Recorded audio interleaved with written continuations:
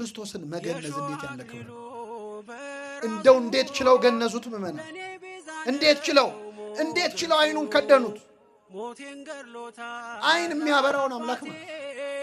አይን የሚያበራው እጆቻቸው የሰለሉ ሰዎችን እጅ የሚሰጠውን አምላክ እጁን አሰሩ። እየፈሩ እየተንቀጠቀጡ ቅዱስ አጠቡት። ክርስቶስ በደም የተለወሰ አካሉን አጠቡት። በእውነት ዮሴፍና ኒቆዲሞስ በረከታቸው ይደረብ።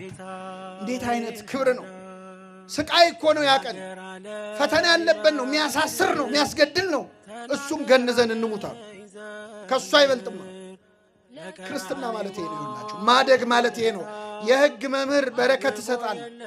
ወይሐውር እምኃይል ውስተ ኃይል፣ ከኃይል ወደ ኃይል ይሄዳል። ኒቆዲሞስ የሕግ መምህር ኒቆዲሞስ በረከት ይሰጣል። ከኃይል ወደ ኃይል ሄደ። ሌሊት ሲፈራ አየነው፣ ፈራ ተባ ሲል አየነው። አሁን ግን ክርስቶስን ሲገንዝ አየነው። ቆሞ ሲገንዝ አየነው። ሹመቱ ይቅርብኝ፣ ከምኩራብም ያስወጡኝ፣ ከመንግስቱ ያስወጣኝ እንጂ ወሰነ ማለት በክፉ ቀን ነው ክርስትናውን የገለጠ። ክፉ ቀን ሲመጣ እኮ ነው ሰው የሚክደው አይደል? ክፉ ቀን ሲመጣ ነው ሰው የሚሸሸው። ኒቆዲሞስ ግን በክፉ ቀን ክርስቲያን ሆኖ የተገኘ ሰው።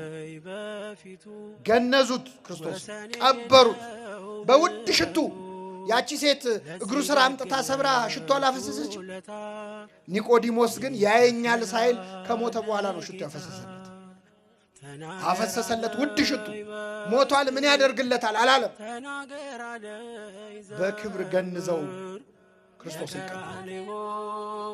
ይሄ የመጨረሻው ክርስትና፣ የመጨረሻው ሰማዕትነት ያስቀናል አይደል? አያስቀናም? ያስቀናል።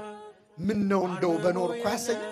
አሁን እንዲህ ትል ከሆነ ይላል ቅዱስ ዮሐንስ አፈወርቅ፣ ወንድም ምን ነው እንደው ጌታ በተገነዘ ጊዜ በኖርኩ አብሬያቸው በገነዝኩ ትል እንደሆን ችግር የለውም። እኔ ልንገርህ፣ ውጣና ወንድም ነዳይ ሆኖ መንገድ ላይ ወድቆ ታገኘዋለህ።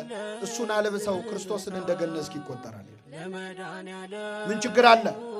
ከነዚህ ከድሆች ለአንዱ ካደረጋችሁት ለእኔ እንዳደረጋችሁት ምን እለዋለሁ ቆጥረዋለሁ ብሏል ክርስቶስ።